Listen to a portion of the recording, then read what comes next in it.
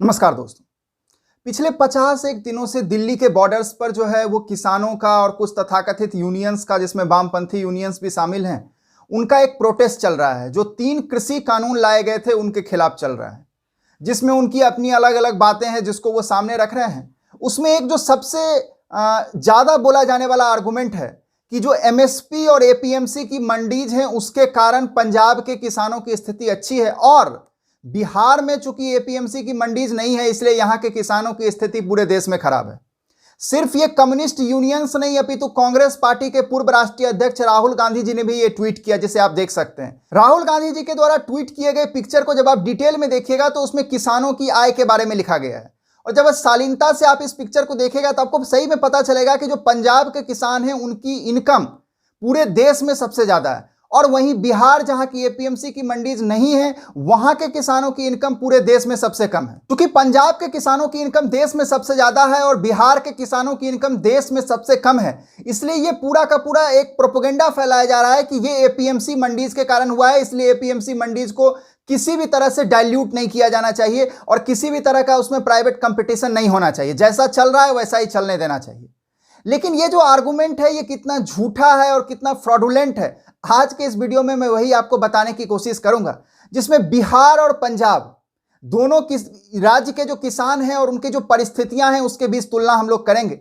सबसे पहले ये डाटा देखिए जिसमें कि बिहार और पंजाब के किसानों का मंथली इनकम बताया गया है। इस लिस्ट में आप देखिएगा तो पंजाब के किसान जो है देश में सबसे ज्यादा कमा रहे हैं, उनकी जो कमाई है वो 18,059 रुपये पर मंथ है। वहीं बिहार के किसानों की कमाई सिर्फ 3558 रुपये पर मंथ है। तो डायरेक्टली प्राइमा फंसाए तो आपको लगेगा कि हाँ पंजाब में एग्रीकल्चर बहुत अच्छे से चल रहा है और पंजाब के किसान काफ़ी अमीर हैं, लेकिन जब आप और फैक्ट्स को डीप में जाकर देखिएगा तो आपको कुछ दूसरी चीज़ें भी निकल कर आएंगी, जैसे कि जो खेती है और खेती से होने वाली कमाई के लिए खेत होना जरूरी है। तो आपके पास खेत कितनी है, आपका एवरेज होल्डिंग कितना है, जब आप इस डाटा को निकालिएगा तो पंजाब के किसानों के पास इस देश में सबसे ज़्यादा एवरेज जमीन है, यानी एक किसान के पास सबसे ज़्यादा जमीन पंजाब में है। जैसे कि पंजाब के एक किसान के पास 3.62 हेक्टेयर जमीन है, वहीं बिहार के एक किसान के पास सिर्फ 0.4 हेक्टेयर जमीन है। जब इन दो डाटा को आप कंपेयर करिएगा तो आप इस निष्कर्ष पे पहुंचिएगा कि पंजाब के किसानों के पास बिहार के किसानों के मुकाबले 9 गुना ज्यादा जमीन है, लेकिन उनकी जो मंथली कमाई है वो सिर्फ 5 गुना ज्यादा है। तो जो कोई भी ये पूरा आर्गुमेंट फैला रहा है कि पंजाब के किसान बहुत ज्यादा अमीर हैं, हाँ वो अमीर हैं, लेकिन अमीरी का कारण ये नहीं है कि वो कोई बहुत अच्छे से खेती कर रहे हैं या उनकी जो है स्थिति बहुत अच्छी है, नहीं, ये कारण नहीं है। वो अमीर सबसे ज्यादा इसलिए है क्योंकि सबसे ज्यादा जमीन उनके पास है। अगर आप पंजाब को भारत के साथ कंपेयर करेंगे तो उसमें भी पंजाब का जो कंपैरेटिव इनकम है जमीन में भारत के मुकाबले, उसमें भी पंजाब के एक किसान के पास भारत के एक एवरेज किसान के मुकाबले 3.35 गुना ज्यादा जमीन है, लेकिन उनकी कमाई सिर्फ 2.81 गुना है। यानी कि पंजाब के किसानों के पास ज्यादा जमीन होने के बाद भी उनकी कमाई उस अनुपात में नहीं है। जो लोग बिहार के नाम पर ये पूरा का पूरा प्रोपेगेंडा फैला रहे हैं उनको ये बताने की जरूरत है बिहार में किसानों की कमाई इसलिए कम नहीं है कि वहां ठीक से खेती नहीं हो रही है, वहां पर ठीक तरह के हालात नहीं है। बिहार में किसान की कमाई इसलिए कम है कि बिहार में किसानों के पास जमीन ही नहीं है, क्योंकि इतनी ज्यादा जनसंख्या यहाँ बढ़ी हुई है। सिर्फ अब पंजाब और बिहार का अगर पॉपुलेशन डेंसिटी कंपेयर कीजिएगा तो पंजाब का पर स्क्वायर किलोमीटर में 551 लोग हैं और वहीं बिहार में सीधे डबल 1102 लोग हैं पर स्क्वायर किलोमीटर में। इसके साथ साथ पंजाब के किसानों का जो इनकम है उसमें सब्सिडी का भी रोल बड़ा इंपॉर्टेंट है। अगर आप सिर्फ सब्सिडी का डाटा देखिएगा तो पंजाब के किसानों को बिजली में सिर्फ 8,275 करोड़ की सालाना सब्सिडी मिलती है, जो इस साल 2020-2021 फाइनेंशियल ईयर में 8,275 करोड़ की सब्सिडी है जो उसकी राज्य सरकार पंजाब सरकार देती है। और वहीं सेंट्रल गवर्नमेंट से फर्टिलाइजर सब्सिडी लगभग 5,000 करोड़ रुपए का मिलता है। यानी कि सिर्फ पंजाब के किसानों को केंद्र और राज्य सरकार से 13,275 करोड़ के करीब की सब्सिडी मिल रही है, जिसका मतलब यह है कि पंजाब के लगभग एक फार्मर फैमिली, क्योंकि पंजाब में लगभग सिर्फ 10 लाख ही किसान परिवार हैं, जबकि पूरे देश में 14 करोड़ 60 लाख किसान परिवार हैं, उसमें से सिर्फ 10 लाख ही पंजाब में है। आप समझ सकते हैं कि पंजाब में जमीन का कंसंट्रेशन इतना कम लोगों के पास है, पूरी की पूरी जो जमीन है बहुत कम लोगों ने एक्वायर करके रखा हुआ है, क्योंकि पंजाब में लैंड रिफॉर्म्स का भी ठीक से इंप्लीमेंट हुए नहीं। तो पंजाब के एक किसान को लगभग 1,22,000 रुपये की सालाना सब्सिडी दी जा रही है केंद्र और राज्य सरकार के द्वारा। इतना तो बिहार के किसानों का साल भर में इनकम नहीं है जितना पंजाब के किसानों को सब्सिडी दी जा रही है। तो जो लोग पंजाब के किसानों के इनकम को एपीएमसी की मंडी से और एमएसपी सिस्टम से जोड़ रहे हैं, वो आपको धोखा दे रहे हैं। बिहार के किसानों की इनकम कम होने के और भी कुछ सेकेंडरी कारण भी हैं, जिसमें सबसे बड़ा कारण है सेंट्रल गवर्नमेंट के द्वारा बिहार का किया जाने वाला डिस्क्रिमिनेशन। और मैं अगर आपके कुछ फैक्ट्स और फिगर्स आपके सामने रखूंगा, बाकी चीजें आप खुद ही जज कर सकते हैं। अगर आप पंजाब की तुलना भारत से और देश के अलग अलग राज्यों से करें तो पंजाब में 99% इरिगेशन है। लेकिन यह सब हुआ कैसे? जब देश आजाद हुआ उसके बाद तत्कालीन केंद्र सरकारों ने पंजाब के ऊपर हैवी फोकस दिया। भाखड़ा नांगल डैम बनाया गया जिससे कि पंजाब के 40% इलाकों में जो है नहर से पानी जाता है। सिर्फ मैं आपको एक डाटा देना चाहूंगा जिससे आप अचंभित रह जाएंगे कि साल 1955 में जब केंद्र सरकार की जो इरिगेशन यानी कि सिंचाई की जो पूरा का पूरा बजट था पूरे देश का, वो 29,106 लाख का बजट था। उसमें से सिर्फ पंजाब को 10,952 लाख रुपए मिले थे।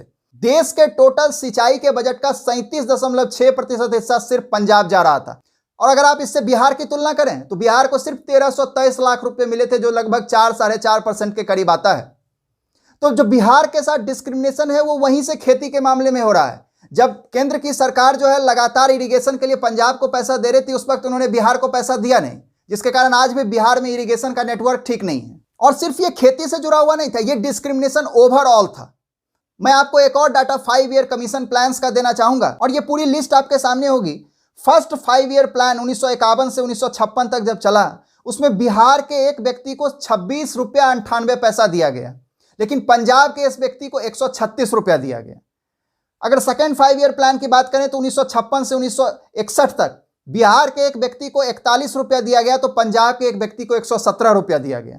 7th 5 ईयर प्लान में 1985 से 90 तक बिहार के एक व्यक्ति को 667 रुपया दिया गया, तो पंजाब के एक व्यक्ति को 1814 रुपया दिया गया। इवन 10th 5 ईयर प्लान को आप देखिएगा तो बिहार के एक व्यक्ति को अगर 2536 रुपया दिया गया, तो पंजाब के एक व्यक्ति को 7709 रुपया दिया गया।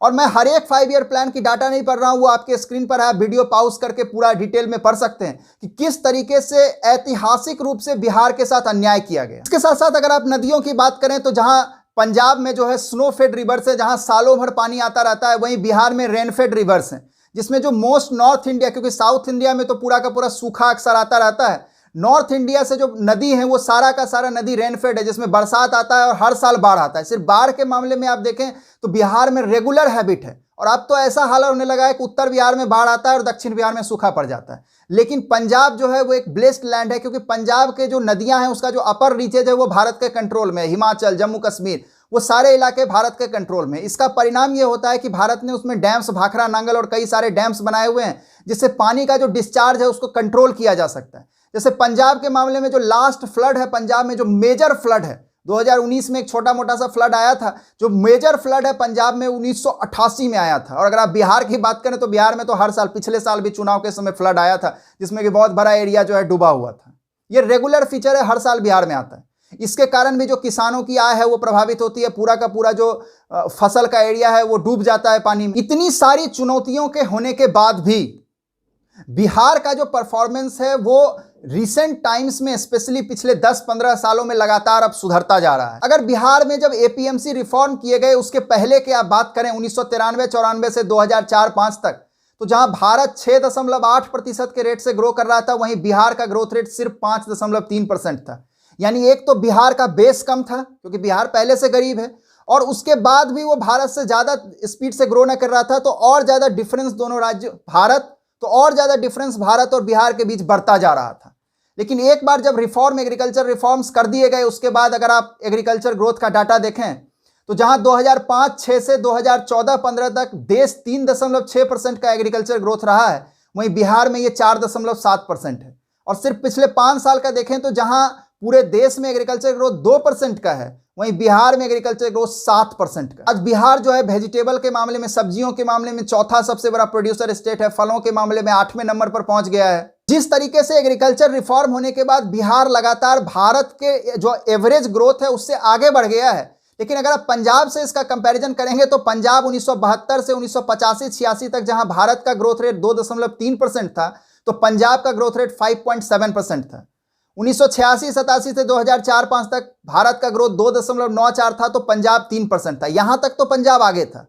लेकिन इसके बाद 2005-6 से 2014-15 तक जहां भारत का ग्रोथ रेट 3.5% था, वहीं पंजाब का ग्रोथ रेट घटकर 1.61% पर आ गया है। जैसे पंजाब का अगर आप कंपैरिजन देश के अलग अलग राज्यों से करें, तो जहां पंजाब का ग्रोथ रेट 1.61% है, वहीं Haryana 3.3%, UP 3.2%, MP 9.17%, Karnataka 5.17%, Jharkhand 8.5%, even Gujarat जैसे राज्य 6.3%, राजस्थान 5.4%, महाराष्ट्र 4.06%, आंध्रा 4.8%। आप अगर बिहार से तुलना नहीं करना चाहते तो गुजरात, आंध्रा, तमिलनाडु, महाराष्ट्र, इन राज्यों से तो तुलना कर सकते हैं। ये राज्य तो आज के डेट में पंजाब से पर कैपिटा जीडीपी में आगे निकल चुके हैं, लेकिन इसके बाद भी इनका एग्रीकल्चर ग्रोथ जो है 3% 4% के करीब चल रहा है। लेकिन पंजाब का एग्रीकल्चर ग्रोथ जो है वो 1.6% के करीब चला गया है, और इसका जो ओवरऑल परफॉर्मेंस है वो पंजाब में दिखना शुरू हो गया। तो बहरहाल राहुल गांधी और वो तमाम लोग जो ये डाटा दिखाने की कोशिश कर रहे हैं कि पंजाब के किसानों की स्थिति बहुत अच्छी है, और वो अच्छी इसलिए है क्योंकि उन्हें यहाँ एपीएमसी की मंडियां हैं, एमएसपी मिलता है, और बिहार के किसानों की बहुत खराब है, आप उन्हें ये वीडियो जरूर दिखाइएगा। निष्कर्ष सिर्फ ये है कि पंजाब के किसानों की इनकम ज्यादा इसलिए है क्योंकि हिस्टोरिकली उनको फायदा दिया गया, उनको इरिगेशन और तमाम सुविधाएं दी गई, और बिहार जैसे राज्यों की कीमत पर दी गई। और दूसरा जो सबसे प्रमुख कारण है कि पंजाब के किसानों की जोत सबसे ज्यादा है। पर फार्मर जो एवरेज होल्डिंग है वो पंजाब के किसानों के पास सबसे ज्यादा है। और मैं फिर दोहराऊंगा, बिहार के किसान से पंजाब के एक किसान के पास 9 गुना ज्यादा जमीन है, लेकिन कमाई सिर्फ 5 गुना ही ज्यादा है। तो बहरहाल इस मुद्दे में आपके क्या विचार हैं, आप मुझे नीचे कमेंट सेक्शन में जरूर बताइए। बहुत बहुत धन्यवाद, नमस्कार।